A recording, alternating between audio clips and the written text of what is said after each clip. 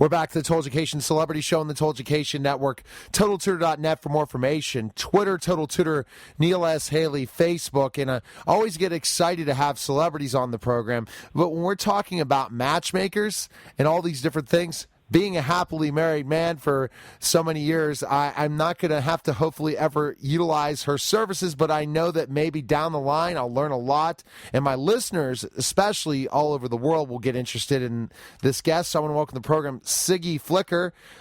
You were on Love Picker VH1 and now an author. Siggy, thanks for calling. Thank you for having me.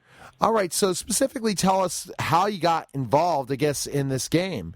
Because basically the situation is that we all, especially if we get on reality shows and we get host different things and things happen to us, it's circumstance. It really, a lot of times what we go out and try to do ends up not what we end up doing, right? Mm-hmm. Well, for me, it was a little bit different. Ever since I was 14 years old, everyone has always been coming to me for advice. Always. And I guess it's the way my parents raised me. I have certain rules that I stick to, and I truly believe that there is a lid to every pot. Everybody deserves to be happy, and everybody deserves to be in love. But the problem today is that most people, over half of our population is single, and no one has anybody to turn to. I believe that everybody needs a Siggy. Everybody needs somebody who's been there, done it, and gives great advice. So for me personally, everybody was always coming to me, well, why does he like me? And I'm like, well, he's just not into you. Because when a man loves a woman, he will chase after that woman. He will go up against everybody in his family to be with that woman. So stop chasing something that doesn't even belong to you. Or I always say there's a lit spot, or a man's rejection is God's protection. If somebody's rejecting you, that doesn't mean you go back into your corner and you play dead. It means that you have to push, push, push, push. So I ended up getting a job as a life coach, a relationship expert, and a matchmaker in Manhattan.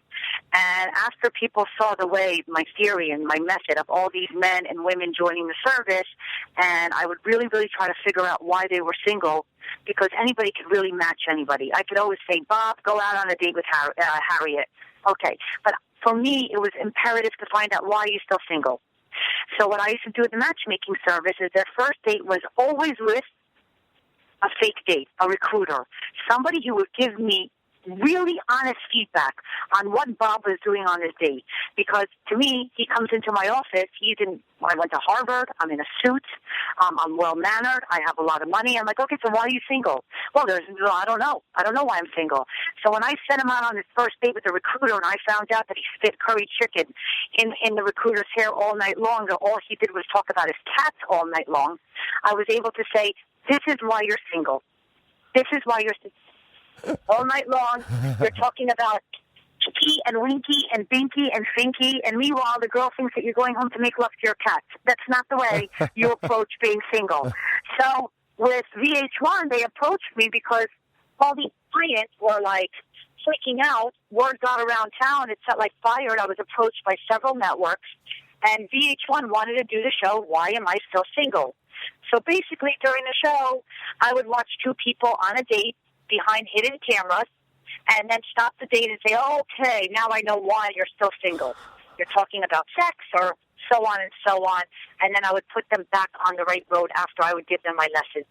Interesting. And Siggy, what I notice from what you talk about a lot of times, relationships, so many marriages fail, so many relationships fail in so many ways that you need someone like, it's true. It's because basically a lot of them can't take the hard times. They run out after you find out there's certain defects of your wife or your husband or your boyfriend or girlfriend, and you're like, I can't live with them, and not knowing that there's not a perfect person out there.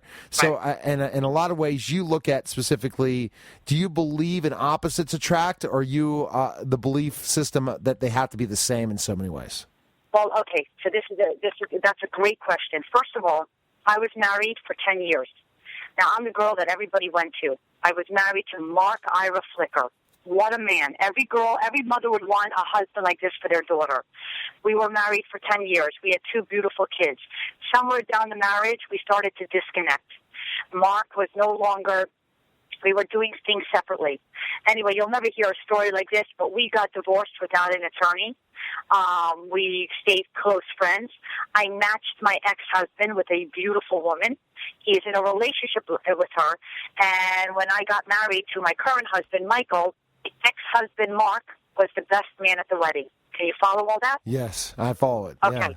So what the point is there is no guarantee the relationship is going to work. There's never a guarantee that a relationship is going to work. All we have is to just put it out there every time and hope for the best, not to stick in the corner. But when it doesn't work out, and when you've done everything and you've tried to relationship, because it takes two to tango. When two people are in a relationship, both people have to step up to the plate. If one starts to say, you know what, I'm really not into the relationship, and the other person's doing all the work, that's where all the problems come through. There is no reason to be in a miserable relationship, but what you owe yourself is, if that relationship ends, you got to continue, not fall down flat on your face. You've got to pick yourself up and go for it once again. I believe that experience and rejection is a key part in creating character in life lessons. Oprah didn't make it to where she was today without being rejected. Yes. Neither did Michael Jordan. So every person that you admire or somebody who's listening admires has been rejected plenty of times. Absolutely. Especially in relationships. But I do agree with you that most people enter relationships and they don't know what they're doing in the relationship. And they don't know how to work on it. And they give up too quickly. So it depends. You have to go in there knowing, hey, it's just like a car. You don't put gas in the car's not going to move from point A to point B. Same thing with a relationship. You got to water it. You got to really, really put gas in there, and both of you have to work at it together. Well, absolutely, Siggy, and I think that when I hear you talk about this, I want to go into the VH1 experience of being on television and understanding that fact before we go into the book, and then I'm sure the book's going to give us the great tips, but I think that the why VH1 wanted this is because so many people are just so lost, as you just talked about. Exactly. They're so 100%. lost that either they're looking for sex or they're looking for no strings attached, as men do a lot of times, and now women are doing the same thing. I don't have time for you. But yet, I want you to be there for me every second, every single moment, second thing. And a lot of times we grow differently.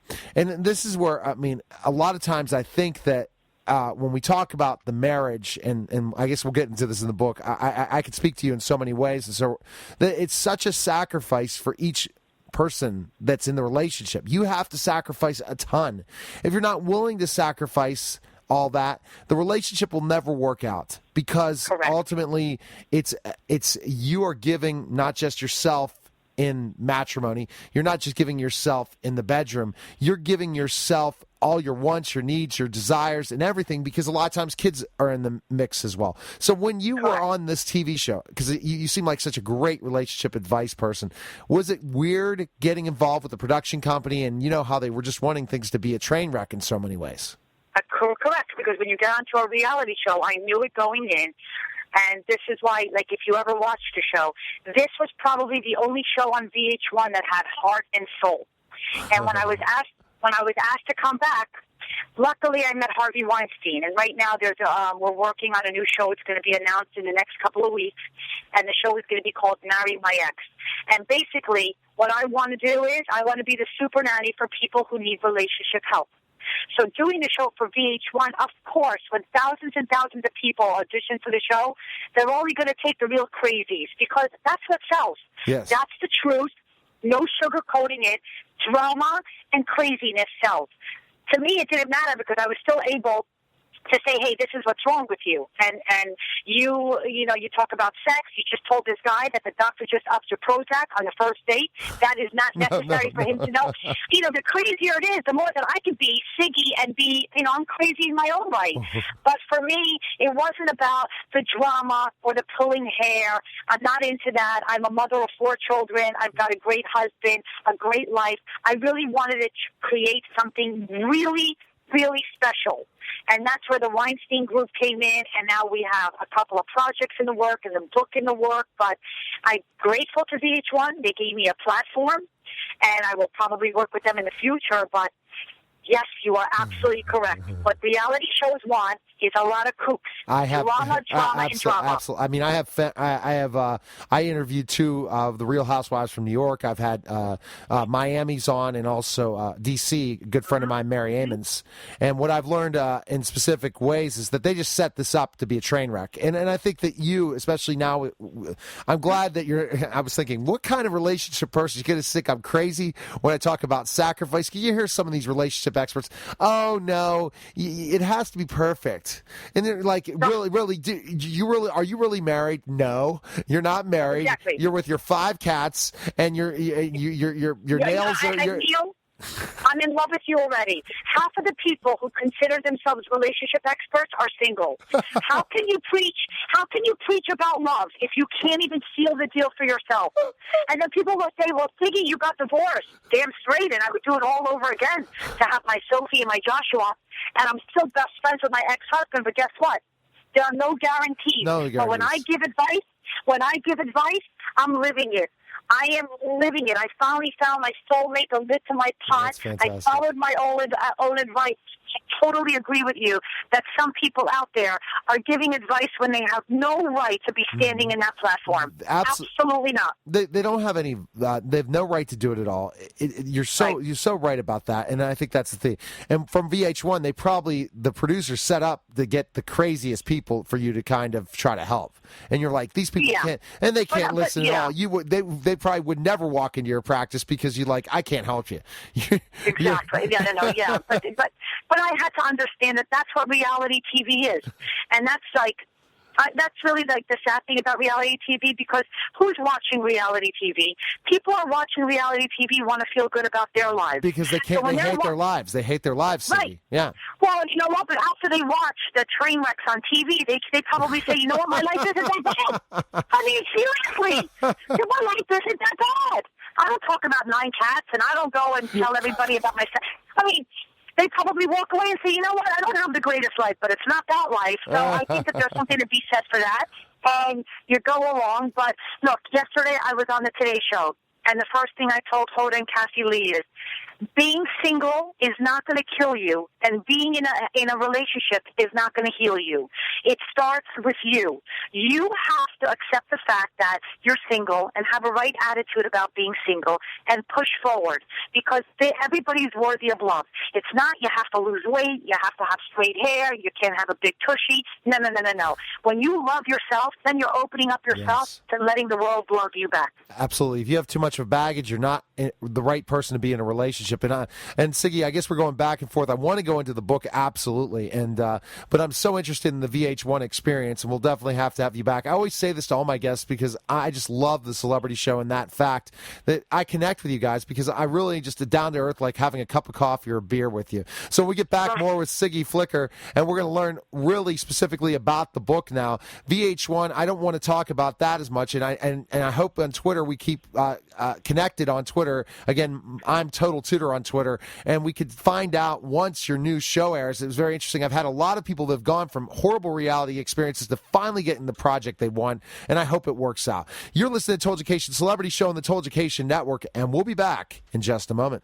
We're back to Toldjucation Celebrity Show on the Toldjucation Network, TotalTutor.net for more information. Twitter, Total Tutor, Neil S. Haley, Facebook, and I'm with Siggy Flicker, and I'm so excited to have her on the show, especially when I don't want to tell her what I was doing when she called me because she was late on the call, but it was worth the wait. It's worth the wait because you're an easy interview, simple, and let's go into specifically the book and what components of the book. I know why you write a book because everyone knows why. We have to brand ourselves more. And after the experience where you have your fans because of the show and because of your practice, the book's the next thing, right?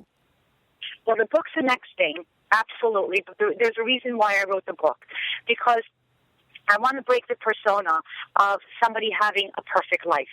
So the reason I wrote the book is because, guess what? I happen to be an extremely interesting person. interesting person. I believe in love. I grew up, when people see you on a reality TV, they see you with the hair and the makeup and the eyelashes and the Birkin bags and the beautiful clothes. And you know what? You go into a category. I wrote the book letting everybody know, listen, ever since I was young, and when I waited tables at TGI Fridays, and when I sold the most chicken mushroom, and I met the president of TGI Fridays, I've always lived with passion and belief and with certain rules. For example, a man has to love a woman a little bit more. That's the way a relationship works. When a woman tries to change her appearance or to make a man notice her or love her so much when she's trying too hard, that relationship usually doesn't work. And we get into celebrities like Kim and Kanye. And when I was on Wendy Williams, I said that relationship is absolutely going to work. Why? Because Kanye's been obsessed with Kim for years, and he loves her just a little bit more than she loves him. 2 years later, they're still going strong. With Chloe and Lamar. Bless her heart, I love that woman. I love Chloe. I feel so bad for her. But the problem with that relationship is she's always loved him just a little bit more. When he wanted to go to Dallas, she followed him. When he wanted to spice up their sex life, it was Chloe that was buying the swing and installing the swing in the bedroom. She doesn't need somebody like that. No. She's chasing him around. So for me, there are certain rules, like when you're single, why do you go out with other single girls? Because if you're looking for a job, would you take everybody else who's also jobless, all your friends, and go on an interview with them? When you are single, you have got to engage in things that you are passionate about and do it at least once a week. Join a class. Take a dance class. Go volunteer at the local animal shelter. Take a cooking class. And even if you're not a lesbian or you are a lesbian, God bless you, but you'll meet other women. And those other women, once a week when you go to class, guess what they have? They might have a single brother, a single boss, a single best friend. The point being is you've got to network outside of your work and social circle. And you know what? As a society today, we're lazy. I hope all the listeners are hearing me. I hope they start attacking me. We're lazy. We're behind our iPhones and our BlackBerries, and we're looking down, and nobody wants to go out anymore. And we rely on online dating, which is a wonderful tool, but it can't be the only tool. You can't just work out if you have to lose weight and come home to a Whopper French fries and a Diet Coke and say, but I don't understand. I just worked out for 45 minutes, and I still haven't taken off the weight, the pounds. You got to work out, and you got to eat right. You could try online dating, but you've got to get away from your computer and get out there and live life. Interaction, because you will never know who you connect with. My husband today has no hair on top of his head, and when I first got divorced, there was no way that was on my dream list. I didn't say I want to meet a man who has no hair on top of his head. The first time I saw Michael Campanella, my heart went into my stomach. I knew that I was going to be crazy about this man. And the more I got to know him, the more I was passionately, madly in love with him. I did not have his physical traits on a piece of paper. So my advice is get away from your lists and get away from the computer and go out there and actually be grateful that you're healthy, you're alive, you live in the United States of America. Go do something about your life. So a lot of times it's about getting yourself better, to get yourself that you're a package in certain ways, that you're not just this boring, cute girl, yet I have nothing going on except go out drinking with my friends. Or I'm busy just work, this, that, and the other, but I really don't have any interests. Because a lot of guys are going to choose a girl that's interesting. There's a lot of pretty girls, but yet which ones are going to be ones that I want to be talking to in the middle of the night to? Not just, okay, this is such a problem. And I think that one thing I think that in your book you also touch upon is specifically it's work. It's not an easy thing, a relationship, and it's tough, and it's going to be hard. It's not going to be easy, and there's a give and take. But I like the fact that you said that the man has to be doing a little bit more for the wife, because no, a man has to love. I'm talking about in the first 3 to 6 months. 3 to 6 months. Okay. Once you seal the deal and you and that person are in a committed relationship, honey, you better not be expecting that he's just going to bring home the bacon and fry it up and do everything and make the reservations. A woman has got to step up to the plate and treat her man like a man. If he's out there all day working or vice versa, two people have to step up. It's a 50-50 relationship. Sometimes at the end of the day, I will the house, and I've got my daughter just came home from dance and basketball practice, and my son's there, and all of a sudden Michael turns around, and I'm caught up in everything, and I've got to turn around and say, oh, this is my husband. Hi, sweetheart, how are you? How was your day today? I got to take a step back, and I've got to take care of my man, because if I don't, somebody else will, and vice versa. It's a 50-50 partnership. And for those prima donnas who think that they're just going to enter a relationship and sit there because they're pretty, honey, you will be on the divorce line, or you will be back on the single line faster than I can spell out backwards. I guarantee it. Because at one point it will just become flat. And I think that, like you said, it's a give and take, 50%. You have to be there for your person. A lot of times, as we're one once we're married in so many ways, and if we're not willing to become one, it's going to be a problem. It's going to be an issue, because ultimately it's a partnership. And if you're not willing, and if you're not good at having partnerships, relationships are not the thing for you. If you're not willing to share, if you're not willing to give and have a give and take, it's never going to work. So what is another component in the book? I love the so far ones about getting out there, bettering yourself, feeling good about yourself before going and jumping into the dating pool, because you don't want to have so much baggage that literally once that person finds out about the baggage, they're gone. You're absolutely right. But another very important component about the book is learning how to be true to who you are. If you are not true to who you are, eventually that person's going to discover who you really are, and it's going to end up going the wrong way. You've got to be true to who you are. You've got to stick with the things that you're passionate about. You can't be phony your whole life. You can't be in a phony relationship and play as if you're playing the part, because sooner or later, karma will get the best of you. So in this book, it has tools on how to be true to who you are, how to deal with rejection, and when you are rejected, how to get back right up and get right back out there. It also teaches you really, really important lessons and tools on how to not only be in a relationship, but how to keep that relationship going. Because I feel like a lot of people don't have this information. You don't have a Siggy in your life. Maybe your mother didn't tell you. Maybe your next-door neighbor, your best friends are not that knowledgeable in this relationship. So imagine walking around and you want some guidance, and there's really no guidance out there.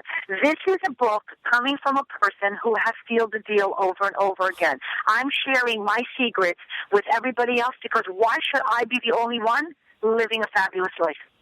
And what do you think is the worst thing that a relationship can have that's not going to work? What do you think that when you have a couple together, what do you think is the worst thing that will end the relationship most of the time? What do you think that Cheating is? to me. I don't agree with it. Cheating. Okay. If a woman is spreading her legs, and a woman is allowing another man to be intimate with her, and a man is, and vice versa, there is a disconnect in that relationship. If you are dating somebody and you're with somebody, that you should be the first word and the last word in the dictionary for either or. There is nothing half-assed about anything that I've ever done in my life, and when you are in love, that is the most important job that you're ever going to have. There's nothing more important than to love and to be loved. And if you are cheating, then that trust is broken, that foundation is cracked, and I'm sorry, that is not considered love. That is not the definition of love for me. What about, let's talk about other areas to think about in relationships that I'm sure you touch upon in your book. What about finances? How tough is finances? Listen. My ex-husband was a multimillionaire. I have Louboutins and It didn't make me happy. Okay? Money is all nice. Money is great. Everybody would like money. I know it helps out a lot in life. You can't base love on money. I know plenty of people who are married to multi-trillionaires who are suicidal. Okay? Some of them happen to be my closest friends. And I know plenty of people who don't have anything and are the happiest people in the world. You can't base love on money. And whoever tells you that you can or you should, this is why I tell it also in the book, stop listening to your mother and your best friend. No one knows who you're going to have chemistry with. When I first met my husband, he was just starting out. I stuck with him till the very end. He was going through a bitter divorce. We stuck it together, and 7 years later, we're on top of the world. When you're with somebody, you should be with somebody because you want to be with that person, not because that your mother or somebody else is trying to sell you the bill of rights on that person. Money cannot buy you health, and it cannot buy you happiness. So true, and then the other parts is a lot of things. You're going to see a lot of defects with your significant other, and you're going to have to learn to love those and learn that specifically that we all need to make changes, but at times there's certain things that we just have to ignore or just live with because there's no perfect person, and that's absolutely. Okay, Siggy, where can we purchase your book and learn more about you? What a great conversation. I'm looking forward to keeping up with you so that I hear when the new reality show comes out, because you'll have to come on the show to talk about it for sure. I absolutely will. Well, you could follow me on Twitter. That's Siggy Flicker, and that is my real name. I would not make up a name like that. I didn't think that was your real name. Okay, go ahead. Oh, my God. Everybody asks me, like, you think I was called Ziggy, Squiggy, Miss Piggy, Cigarette, Siggy the Sea Monster? I was picked on, I was bullied over that name, but it's Siggy with an S, Siggy Flicker, and you can follow me, and I have a website, SiggyFlicker.com, and the Weinstein Company will make the announcement as soon as everything is finalized, and after the show comes out, they'll release the book. Well, fantastic. So all of it's coming at the same time, and you're shopping it around the networks, right? So you don't know what network it's going to be on. No, it's going to be on the network. I just can't be the one to say it. And it's going to be very, very exciting. And if you knew it, you couldn't tell me now, or you'd have to kill me.